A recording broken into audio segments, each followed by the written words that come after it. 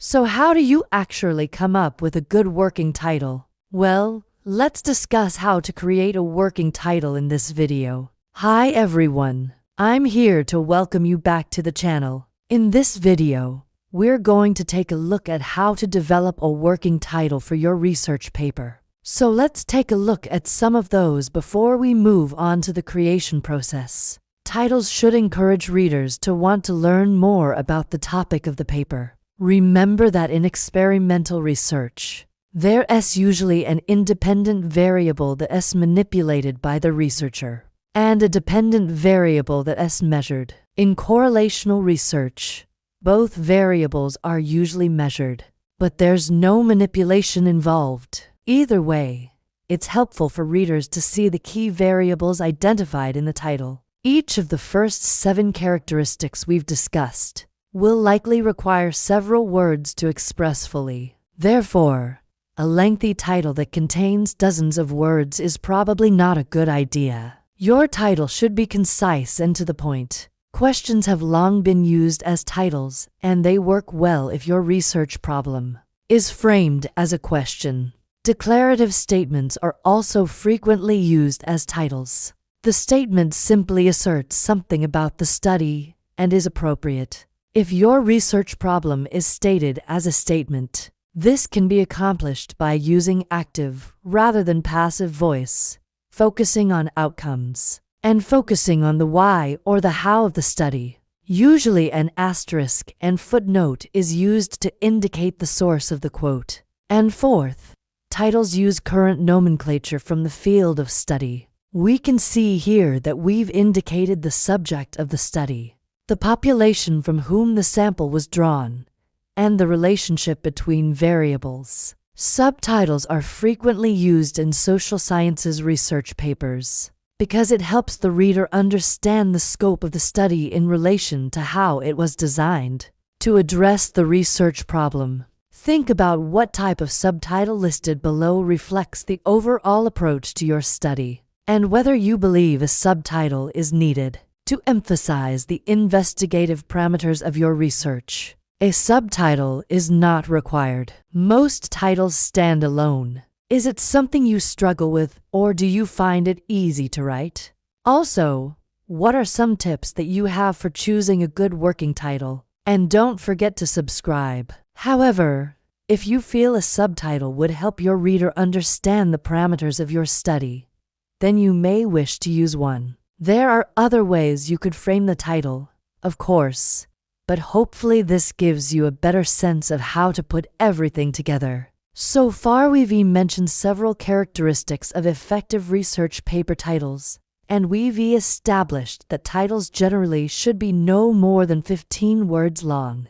The effect of caffeine consumption on memory among college students. If your research is based on a review of previously published works, annotated bibliography. An annotated bibliography presents summaries and evaluations of relevant works. Case report. A case report details a particular situation, often one that's unusual or uncommon. Classification and its uses. This subtitle is used to present a classification scheme and explain how it can be used. Description. A description is used when your paper presents a detailed account of a particular condition, process, event, or place. Report. A report presents the results of original research. Sometimes this type of subtitle is numbered. For example, Report No.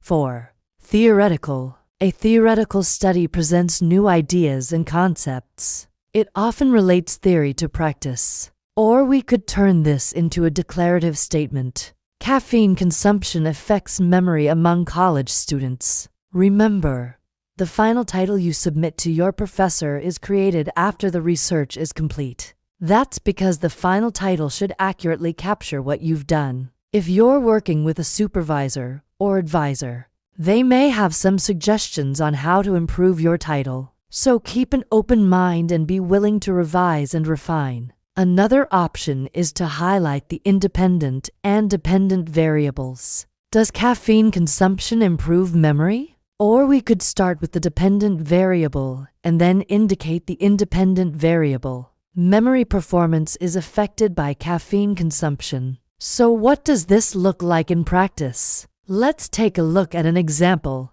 The effects of caffeine consumption on memory among female college students. By adding female college students, we've indicated a particular population from whom we've drawn our sample. The study's findings may only apply to this population. We could also consider emphasizing the setting of the study. The effects of caffeine consumption on memory among college students. Maybe the setting is important to the study, or perhaps we want to generalize the findings to other settings. Imagine that you're writing a research paper examining the effects of caffeine consumption on the memory performance of college students. Let's begin with a few simple sentences that describe the study.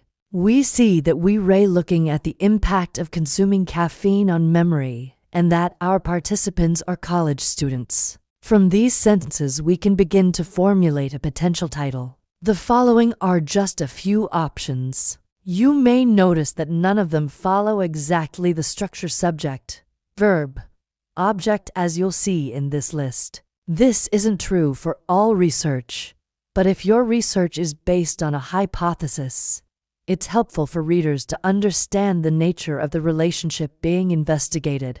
For example, a hypothesis might propose that there's a negative relationship between stress and immune system functioning.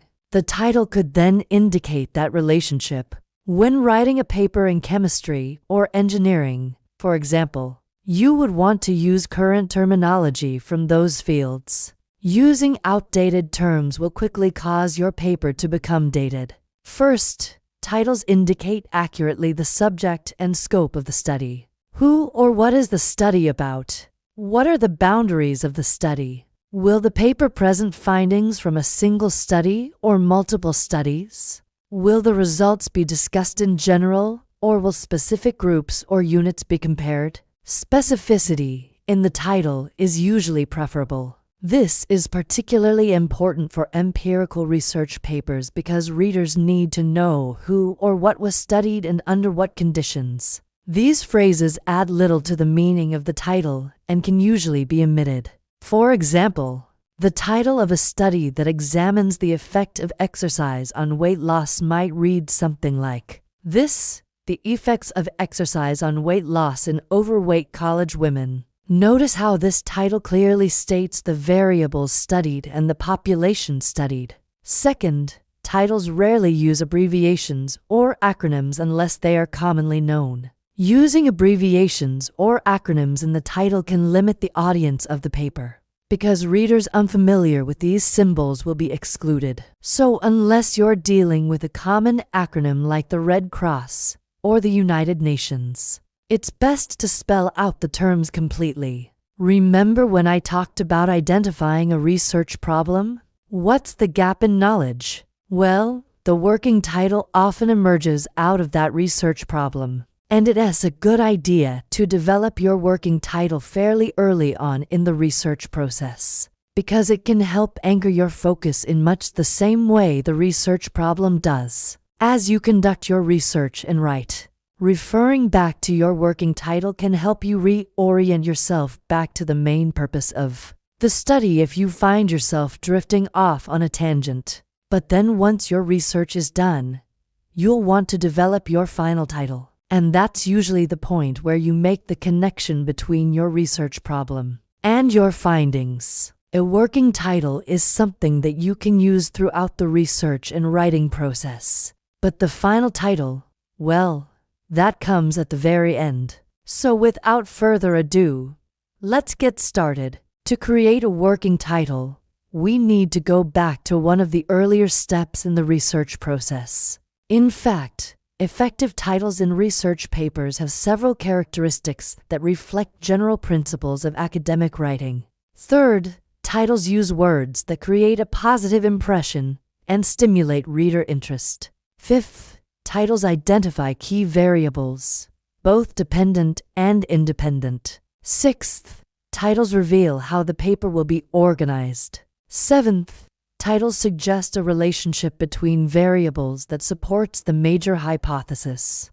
Eighth, Titles are limited to 5 to 15 substantive words. 9th, titles do not include redundant phrasing such as a study of, an analysis of, or similar constructions. 10th, titles take the form of a question or declarative statement. And finally, if you use a quote as part of your title, cite the source. Now that you're familiar with the characteristics of an effective research paper title, let's take a look at how to construct one. First, let's look at an example of a title that's framed as a question. Next, let's consider a title that emphasizes the scope of the study. Finally, let's combine some of the elements we've already considered to form a few different titles. Here are a few examples. The next step in creating your title is to decide whether to include a subtitle. Here are 6 types of subtitles commonly used with research papers.